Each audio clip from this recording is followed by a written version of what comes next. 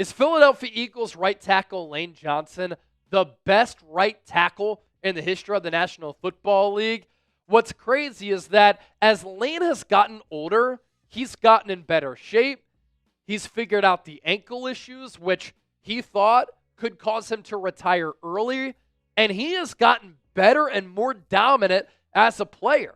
During Eagles mandatory minicamp a couple of weeks ago, Lane Johnson said this, quote, "I feel like I'm getting close to maybe my peak. Even though I'm 35, I feel better than I was at 29. And look, if you take care of your body with working out, proper nutrition, stretching, recovery, going to the necessary means to take care of your body, your mind, mental health, your spirit, you can reverse age a little bit. And with the advances in modern technology, it's possible to feel better at 35 than at 29 because there's new stuff coming out all the time that can help your body in those regards, right? For Lane Johnson, I would say that he looks healthier with his physical appearance.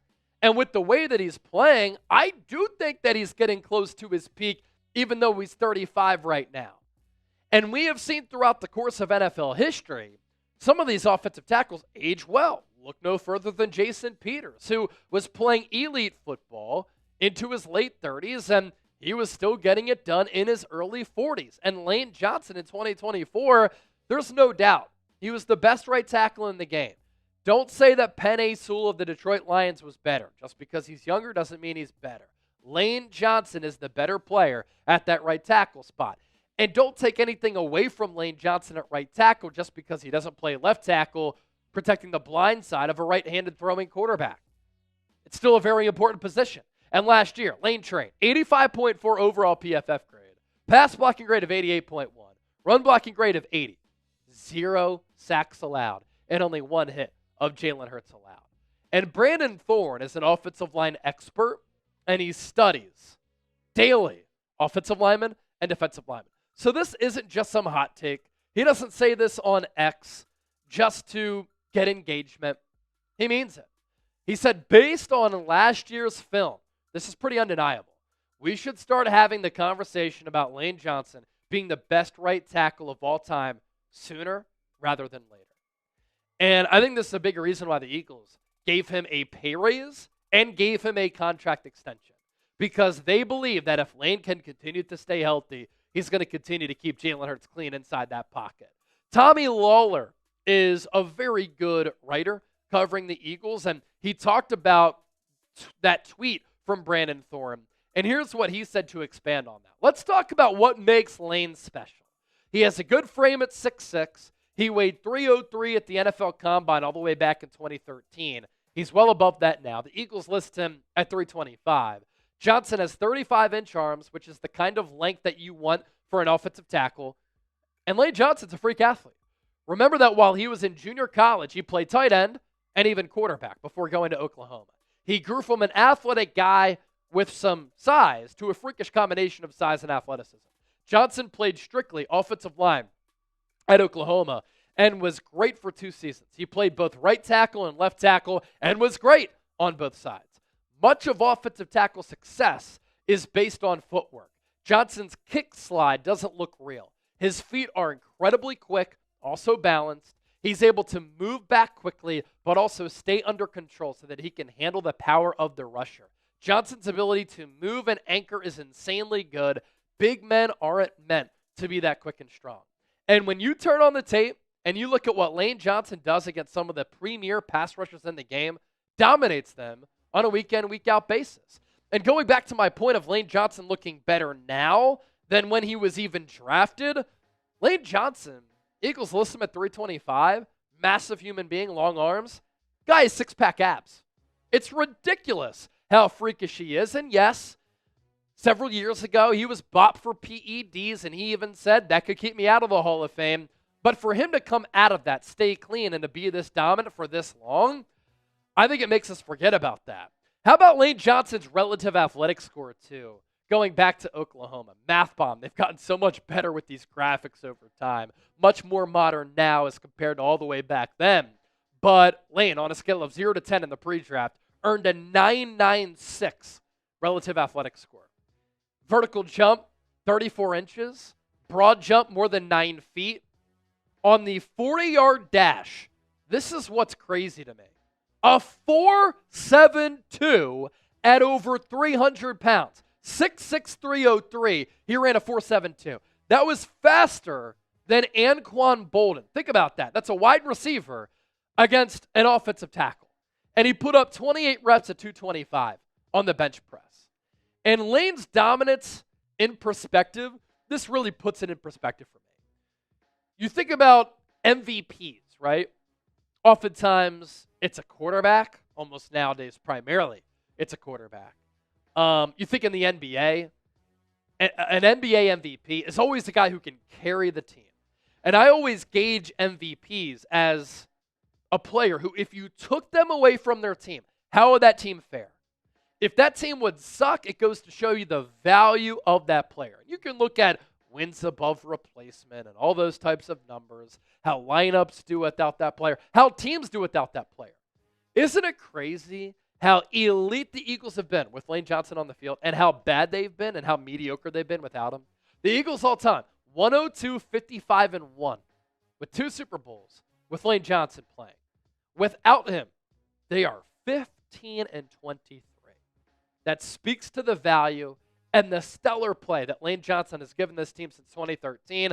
I know a lot of people don't look at Chip Kelly in a good light in the city of Philadelphia, nor should you.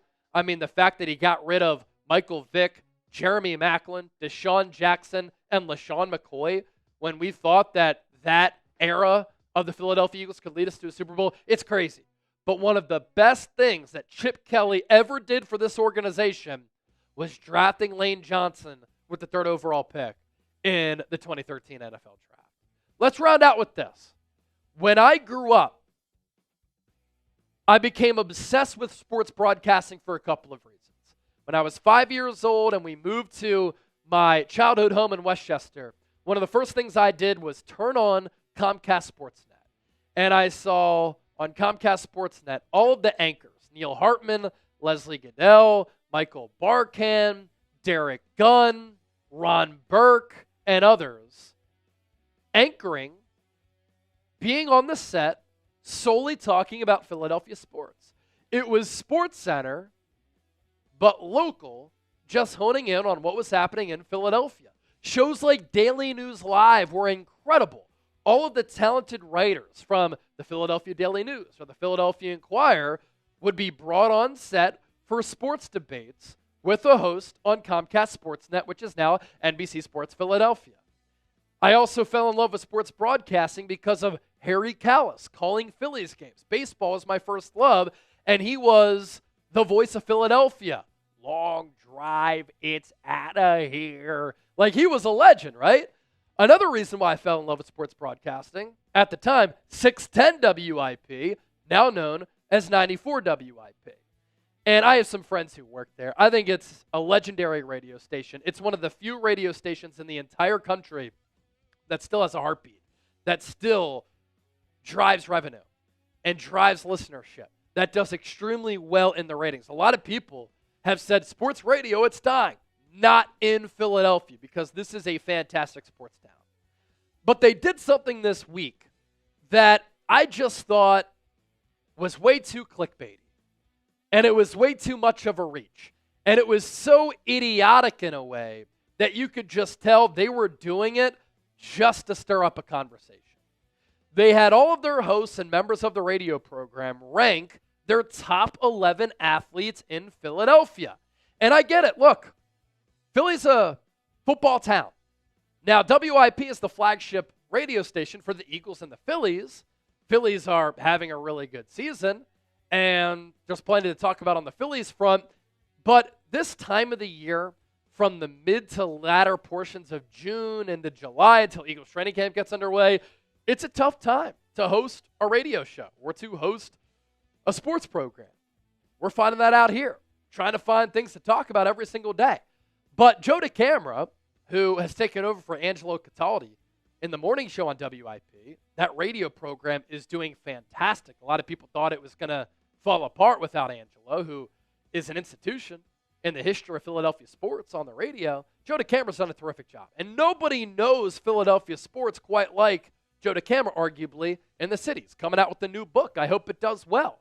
But he put together his top 11 current Philadelphia athlete list. Who do you not see here to my right?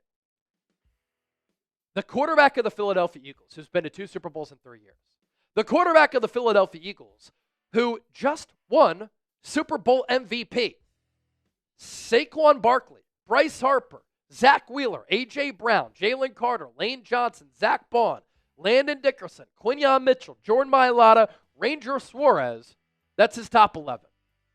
No Jalen Hurts. To be quarterback in this city, you're always in the pressure cooker. It's a very difficult position to play, to handle. The intensity of this city, the media coverage in this city doesn't make it any easier. I know that Jalen Hurts has had some great moments, some bad moments. He's had some lulls as a passer.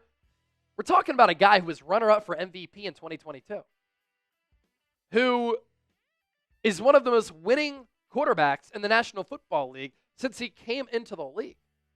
There are a few quarterbacks in the NFL who have won more, played better on the big stage when the pressure is on than Jalen Hurts. And look, I get it if you don't have him maybe in your top 5. Right now in Philadelphia with this landscape, there's a lot of great athletes. To not have him in your top 11, it's crazy. And there's no way that Joe DeCamara can be serious about this. He said, quote, I would have Hurts probably somewhere in the 15 to 20 range.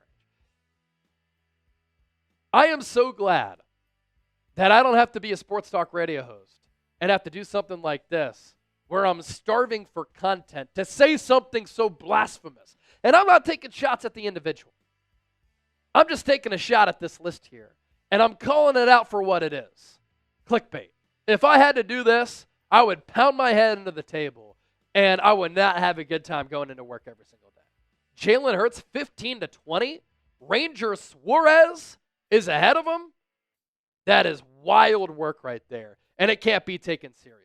He should be top 5. He's earned that type of pedigree and that type of respect, and that's why so many people look at Philadelphia fans and say they're always so ungrateful.